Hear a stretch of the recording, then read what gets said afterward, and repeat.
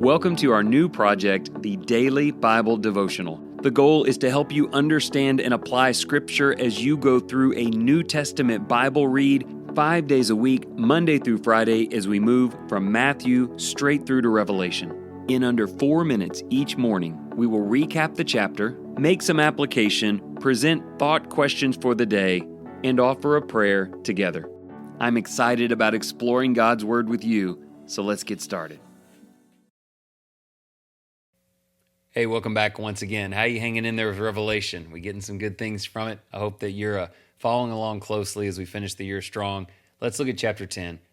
A mighty angel comes down from heaven, clothed with a cloud, with a rainbow over his head, a face like the sun, and feet like pillars of fire. He holds a small scroll that is open in his hand. As he stands with one foot on the sea and one on the land, he cries out with a loud voice like a lion. 7 thunders respond, but John is told not to write what they say. The angel raises his hand to heaven and swears by the eternal Creator that there will be no more delay. The mystery of God will be fulfilled when the 7th angel sounds his trumpet. John is then told to eat the scroll. It tastes sweet in his mouth, but turns bitter in his stomach. God's plans have always been certain, and his timing was perfect in bringing past events to completion. The angel declares that there would be no more delay, and the mystery of God was finished just as he had promised.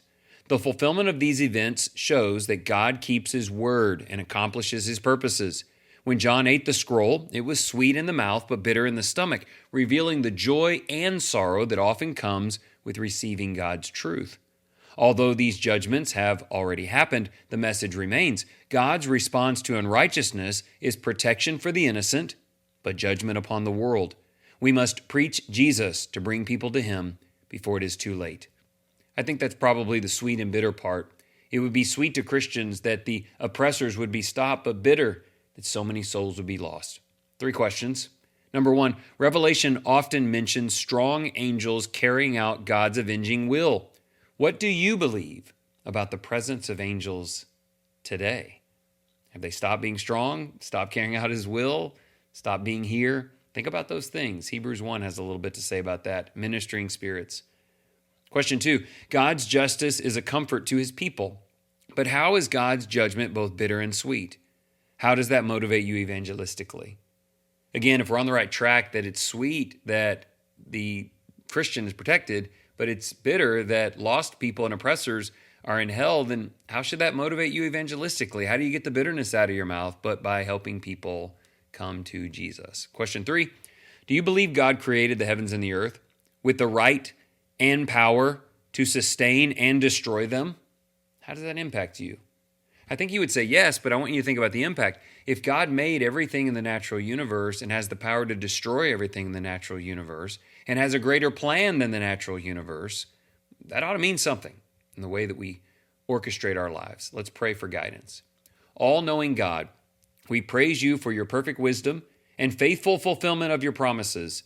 As you revealed the mystery of your plan, we are reminded that nothing escapes your control.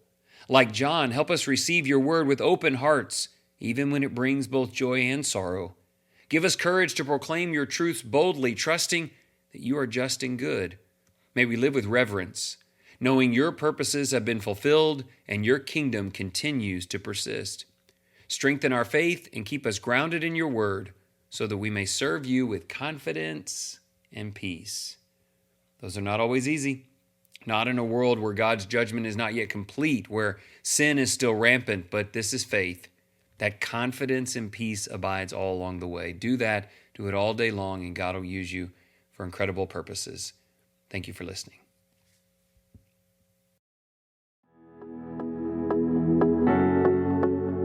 If you find this content valuable, please share with others. And if you're looking to use this material for deeper study, you can order your own copy of the Daily Bible Devotional by clicking on the link in the show notes or just searching it on Amazon. I'm prayerful that our time together has been an encouragement to you. And remember, whatever you choose to do today in the name of the Lord Jesus Christ, excel still more.